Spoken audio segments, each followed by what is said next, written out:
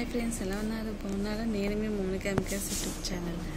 ఈరోజు మనం ఒక స్టోరీ చెప్పుకున్నాము. ఆనందం ఎక్కడ వెతకాలి అనే స్టోరీ అన్నమాట.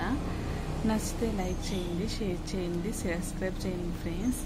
ప్లీజ్ సబ్స్క్రైబ్ మీ. మీకోసం ఈ స్టోరీస్ అనేది నేను వెతుక్కొని ఇలా చెప్తే బాగుంటుంది అనుకుంటే నేను రోజుకు ఒక స్టోరీ ఇలా అనుకొని చెప్పుకుంటున్నాను.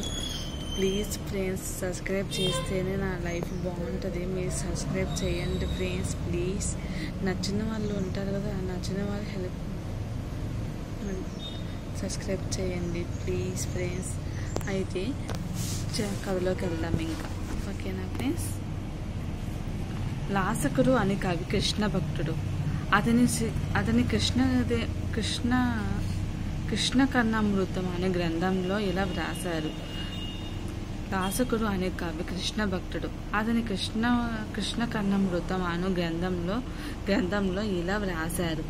అది తెల్లవారు ప్రభావ సమయం చీకటిగా ఉంది. ఆ ఉషాకాలం ముందు బాలకృష్ణునకు మెలకువ వచ్చింది. నెమ్మదిగా లేచి తలుపు తీసుకొని వీధిలో ప్రవేశించారు. అడుగులు లేస్తూ ముందుకు సాగారు. కొంత దూరం పోయేసరికి ఒక ఇంటి తలుపు తెరిచి ఉండడం అతడు చూశాడు. ఆ ఇంటిలో ఒక ముసలమ్మ ఒక చోట కూర్చొని ఉంది. ప్రమిదిలో దీపం వెలుగుతుంది. బాలకృష్ణుడు నెమ్మదిగా ఇంటిలో ప్రవేశించాడు. అక్కడ ఒక మూలకుండల దొంతర ఉంది. ఆ దొంతరలోని పై కుండలో వెన్న ఉంది. బాలకృష్ణుడు నెమ్మదిగా అక్కడికి వెళ్ళి ఆ పై మూత తీసి వెన్న కుండలో చేయి పెట్టాడు. ఆ దృశ్యం అంట పక్కనే ఉండి చూస్తున్న ముసలమ్మ ఎవరో పిల్లవాడు తన ఇంటిలో ప్రవేశించడం గమనించి, ఎవరు నీవు అని అడిగింది. నేను బలరాము తమ్ముణ్ణి అని చిన్నాడి జవాబు చెప్పాడు. మా ఇంట్లోకి ఎందుకు వచ్చావు అని ముసలమ్మ ప్రశ్నించింది. చీకట్లో ఇది మా ఇల్లు అనుకుని ప్రవేశించాను అన్నాడు. బాలకృష్ణుడు సరే బాగుంది, కానీ వెన్నకుండలో చెయ్యి ఎందుకు పెట్టావని అడిగింది. ఆ వృద్ధురాలు అప్పుడు బాలకృష్ణుడు ఇట్ల పాలి కాదు అమ్మా, నిన్న సాయంత్రం నేను ఆవులను మేపుతుంటే మందలో నుండి ఒక దూడ తప్పించుకొని ఎక్కడికో పారిపోయింది. ఆ కుండలో అవి ఉండేమోనని వెతుకుతున్నాను.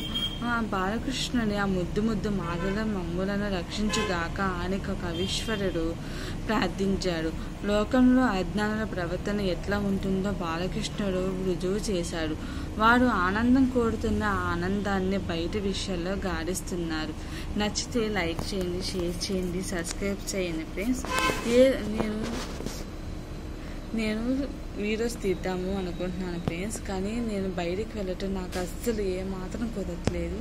అలానే కాకుండా నాకు ఇంట్లో కూడా కొంచెం పర్మిషన్ ఇవ్వదు ఫ్రెండ్స్. అందుకని నేను ఎప్పుడైనా బయటికి వెళ్తేనే నేను వాళ్ళ బయట విషయాలు మీతో షేర్ చేసుకోగలను.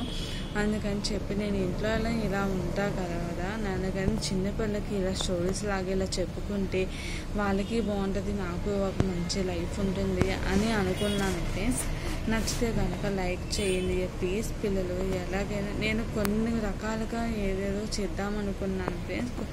ఏదోలా చేద్దామంటే నాకు దేనికైనా ముందు మనీ కావాలి. నాకు మనీనే ప్రాబ్లం ఫ్రెండ్స్. ఆ మనీ నా చక్కగా మాస్కులు పెట్టుకొని రకరకాలుగా బొమ్మలు తయారు చేసి మీతో నేను ఒక రకంగా షేర్ చేసుకోవాలి అనుకున్నాను, కానీ నాకు అది కుదరట్లేదు ఫ్రెండ్స్. ఎందుకని ఇలా నేను చేసుకుంటున్నాను. నాకు ప్లీజ్ ఫ్రెండ్స్ సబ్స్క్రైబ్ చేయండి ఫ్రెండ్స్ ప్లీజ్. ఎలాగైనా ప్లీజ్ ఎంకేఎస్ యూట్యూబ్ ఛానల్కి సబ్స్క్రైబ్ చేయండి.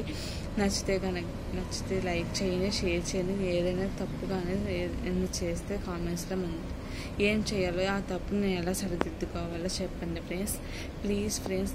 ఉంటాను, బాయ్.